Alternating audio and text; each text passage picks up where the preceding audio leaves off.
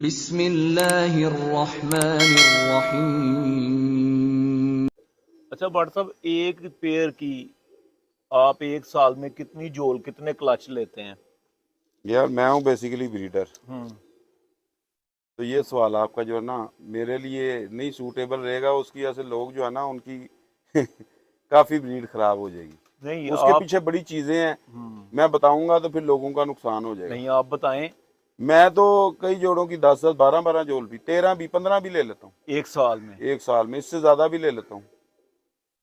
जिस जोड़े के मैंने ब्रीड को बढ़ाना हो, जिस कबूतर को मैंने बढ़ाना है, तो मैं उसके साथ क्या करता हूँ, फीमेल लगाई है उसकी 3 जोले फेर के, उस फीमेल को लग करके अगली फीमेल लगा के फिर उसकी जोले फेर के, इस तरह मैं तो बहुत ज़्यादा जोले भी ले लेता हूँ। सही है। जिसको मैंने बढ़ाना है ना ब्रीड को, उसके साथ फिर मैं इस तरह करता हूँ। वैसे नॉर्मली जो है मैंने आपको बताया कि मैं 7-8 तक चला एक लेता हूँ। साल में? हाँ जी। सही है। रिकॉर्ड है ये। एक साल में इतने नहीं, इतनी क्लचेस। जोलें लेनी तो कोई मसला नहीं है। तो बहरहाल जी, अच्छा भट्ट साहब, ये बताएं कि आपके पास इस वक्त ब्रीड्स कौन कौन सी हैं? मेरे पास मियाँ साहब के बर्ड्स के अंदर डावले हैं, रोजे हैं, हम्म। उसके बाद मुश्तरका हैं, अच्छा। उसके बाद हीनो हैं, उसके बाद छटों वाले हैं, हम्म। लाल परी कबूतर हैं, ठीक है। और स्कूल वाले कबूतर हैं। ये सिर्फ मुश्तरका। तस्वीर वाले के अलावा मैंने कोशिश की है कि सब ही रखे हों। ये मुश्तरका, लाल परी और रोजे, डब वाले, लाल तूफान, मेरा ख्याल है ये सारी मिलजुल के एक ही कबूतर नहीं है? नहीं, रोजे मुख्तलिफ कबूतर हैं। अच्छा। रोजे मुख्तलिफ हैं डबल ही कबूतर, लेकिन रोजे ज़रा थोड़ी सी डार्क आंखों में है। जालदार टाइप है? नहीं नहीं, उनमें फिक्के भी निकल आते हैं। अच्छा। उनकी आंखें मुख्तलिफ हैं। मियाँ साहब के जो दूसरे डबल कबूतर थे वो फीकी आंखों के थे। हम्म।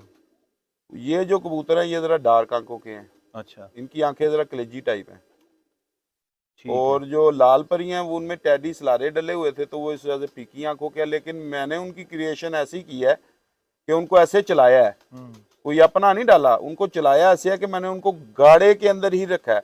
जो गाड़े निकलते रहे वो जमा करके आपस में चलाता रहा, गाड़े निकलते रहे आपस में चलाता रहा, फिर भी अभी भी अंदर से फीके निकलाते हैं।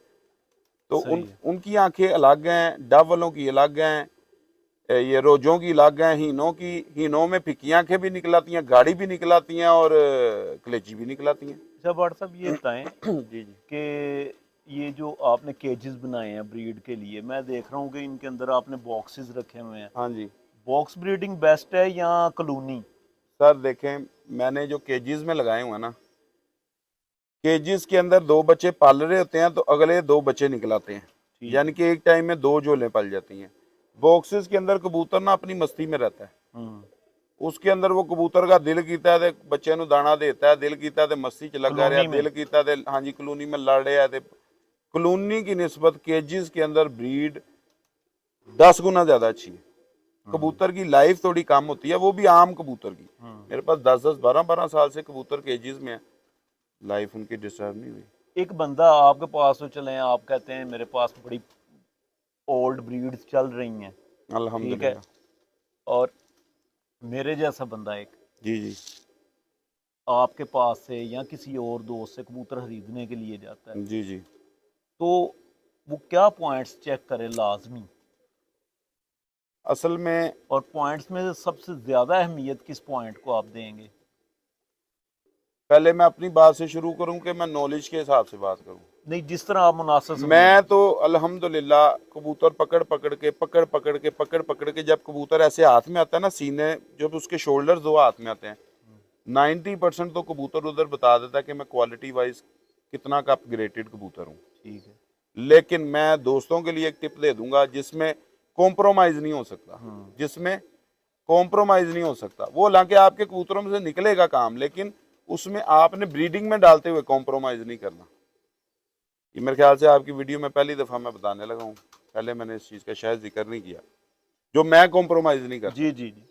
जो हड्डी है ना, हड्डी की लंबा होना छोटा होना मैंने कभी काउंट नहीं किया। अच्छा। हड्डी 3 उंगलियों की भी है ना, मैं उसको ख़राब नहीं कहता। ठीक है। मेरे पास वो ओके है। उसका ज़रूरी नहीं हो 4 दी हो 5 दी हो, नहीं, शेप में मैं कॉम्प्रोमाइज़ नहीं करता। हड्डी की जो शेप है ना उसमें मैं कॉम्प्रोमाइज़ नहीं करता, वो मुझे शेप ये पसंद है। ऐसे करके नीचे से गोल हो, नून की तरह। हम्म, शेप उसकी ये होनी चाहिए 100%। आप मेरे जितने कबूतर पकड़ेंगे आपको देखें हड्डियों के अंदर परवाज और परवाज, जिसने डग डालने हैं ना, मैं डग का लफ्ज यूज करता हूँ खच्चों के लिए, डफर। जिसने डफर तो जेन से डफर होता है ना, जिसने परवाज नहीं देनी ना, हड्डियों में फर्क होता है। शायद बहुत ज्यादा लोग मेरे से इख्तलाफ करेंगे, लेकिन माजरत है, ये मेरे अपने व्यूज हैं। मैं किसी को झूठा नहीं कह रहा, मेरे जो अपना तजर्बा है, जो मैं खुद सोचता हूँ, जो मैंने खुद सीखा है, जिस गाड़ी का इंजन मजबूत है वही गाड़ी भागेगी। लोग कहते हैं हड्डी का किरदार नहीं, हड्डी की शेप का किरदार है। हड्डी बड़े छोटे होने से फर्क नहीं पड़ता। हड्डी अगर उसके नीचे शेप ठीक लगी हुई है तो आप उसको 4 इंच 3 इंच 2.5 इंच ना देखें, उसने माफी नहीं देनी। उसके बाद हड्डी और जोड़ के दरमियान में पेट होता है, उसमें भी कॉम्प्रोमाइज नहीं है। अच्छा जी। उसमें कॉम्प्रोमाइज करेंगे आपके कबूतर खराब होने शुरू हो जाएंगे। पेट कैसा होना चाहिए? जो अब मैं आपको यार जड़ियां तुसी मेरे को टिप्पा पूछ रहे हो ना, ए टिप्पा बड़ियां डीपली ने। ए बोलें हड्डी हमेशा इस शेप की होनी चाहिए। अच्छा। लेकिन कितने लोगों के आपने इंटरव्यू किए हैं? काफी किए होंगे। जिंदगी गुजार दी है। ये जो मैं आपको बातें कर रहा हूँ ना, ये अगर किसी ने की होंगी या बताई होंगी ना, तो मुझे जरूर आपने ये साथ साथ बताना कि ये बातें पहले किसी ने बताई हैं। हड्डी होती है 2 शेपों की। एक हड्डी होती है ऐसे, ठीक है, एक हड्डी होती है ऐसे। जब आप हाथ फेरते हैं ना, उसकी हड्डी पे आप हाथ फेरते हैं तो हाथ एक इधर से ऐसे जाता है। जब ऐसे हाथ फेर के लाए हैं ना, ऐसे हड्डी ऐसे हाथ फेर के लाए हैं, तो आगे से एक हड्डी हो जाएगी ऐसे, जैसे छुरी से काटी हुई है। एक हड्डी होगी ऐसे, नोक बनी होगी उसकी आगे की तरफ, ऐसे वी बना होगा उसका। यानी कि आप उसकी हड्डी को ऐसे चेक करेंगे ना, तो ऐसे कट आएगा। आपने मुर्गी हलाल करा के कभी देखी उसकी हड्डी? ऐसे होती है ना, ऐसे नोक बनी होगी जोड़ की तरफ। एक तो वो जो नोक है ना, वो जोड़ के मिड में जानी चाहिए। ठीक है, ये जोड़ है तो इसके मिड में होनी चाहिए, इस तरह या इस तरह नहीं होनी चाहिए। एक दूसरी वो नोकदार होनी चाहिए। उसमें और जोड़ में जितना डिफरेंस कम होगा, जोड़ और हड्डी के दरमियान में जितना डिफरेंस कम होगा, वो कबूतर उतना ब्रीडर होगा। मैं कहता हूं हड्डी के ऊपर आगे जोड़ खड़ा हो जाएगा, वो उतना अच्छा कबूतर होगा। लेकिन ये चीज उड़ने वाले कबूतर में नहीं आनी चाहिए। उड़ने वाले कबूतर में कम से कम इंच का फर्क होना चाहिए। पेट उसको थोड़ा सा फासला मिलना चाहिए। अच्छा, स्ट्रेंथ मिलनी चाहिए। एक बड़ा इंटरेस्टिंग क्वेश्चन मेरे जहन में आ गया। आपने ये सारे पॉइंट्स देख के पेयर लगाया। हाँ जी। बच्चे की जोड़ और हड्डी में पूरा 2 उंगलियों का फासला आ गया। हाँ जी। आप उस बच्चे का क्या करेंगे? निकालेंगे या वो पेयर तोड़ेंगे या क्या करेंगे? आ ही नहीं सकता। मैंने ये नहीं ना, मैंने ये एक पढ़ी लिखी बात की है। नहीं आ सकता। मैं आपको बताता हूँ ना, दाना टूट होने की वजह से आएगा। नहीं, बच्चे की पलाई भी पूरी हुई है। हाँ जी, पलाई भी पूरी हुई है। हाँ जी। उसके बावजूद 2 उंगलियों में 2, मतलब उसके जोड़ और हड्डी में 2 उंगलियों का फर्क आ गया। तो आप क्या, मतलब उस बच्चे के साथ आपका क्या सोच क्या होगी आपके कि यार इसका क्यों निकला है? सर मैं आपको एक बात ही खत्म कर रहा हूँ कि ये आ ही नहीं सकता।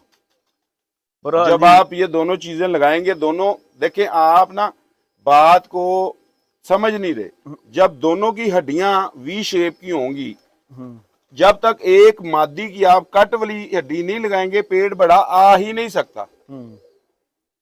ये तो आप जो मुझे कह रहे हैं ना, अगर मैं अपनी बात पे मैंने इसको तजर्बा ना किया और मुझे पता ना होना, फिर तो मैं अपनी बात से फटक जाऊंगा।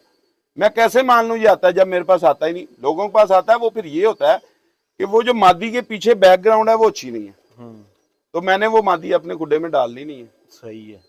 तो ये चीज मैं मान ही नहीं सकता कि जो दोनों हड्डियां वी हों और जोड़ के करीब हों और आगे से वो पेट बड़ा निकाल दें। उसकी सिर्फ एक ही वजह बन सकती है कि बच्चा दाना टूटा है या बच्चा अपनी पैदाइश में बीमार हो गया। फिर दोस्तों, ये ब्रीडिंग की टिप्स थी। इस पे हम अगर चाहें तो व्हाट्सएप से कमोबेश 1.5-2 घंटे इसी तरह कंटिन्यू बात कर सकते हैं। हम कोशिश करेंगे कि ज़्यादा, मतलब बैड लाइट होने से पहले व्हाट्सएप की ब्रीड्स का शौक़ करें और इनके कबूतरों का शौक़ करें। अभी 2 कबूतरों का शौक़ किया है। जो बातें ये कर रहे हैं, हकीकत में वो कबूतर उन बातों पे पूरे हैं।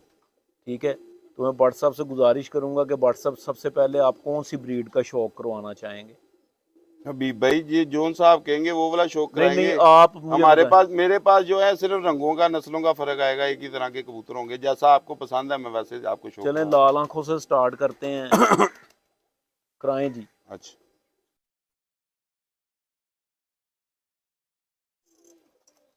ये जी, ये प्यारे दोस्तों उस्ताद उस्मान भट्ट साहब, ये उनका साधना कबूतर है, ठीक है। और इसमें आप ये इख्तलाफ कर सकते हैं, कोई बंदा हो सकता है ये कहे कि ये साधना नहीं है और दिस एंड दैट, लेकिन वो इसको साधना कहते हैं। और लेकिन इस चीज़ पर कोई इख्तलाफ नहीं कि ये बहुत अच्छा कबूतर, शानदार कबूतर है। अभी ये अंदर से नए पर निकाल रहा है, ठीक है। और जोड़ और हड्डी, जो बातें उस्मान भट्ट ने की हैं वो बिल्कुल उस पर पूरी उतर रही हैं। ये इसकी दुम की सिमेट्री है, ठीक है। और ये इसका आई क्लोजअप है।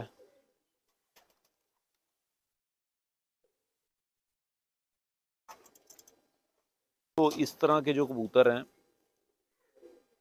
ये इसके पीछे एक सोच होती है बनाने में।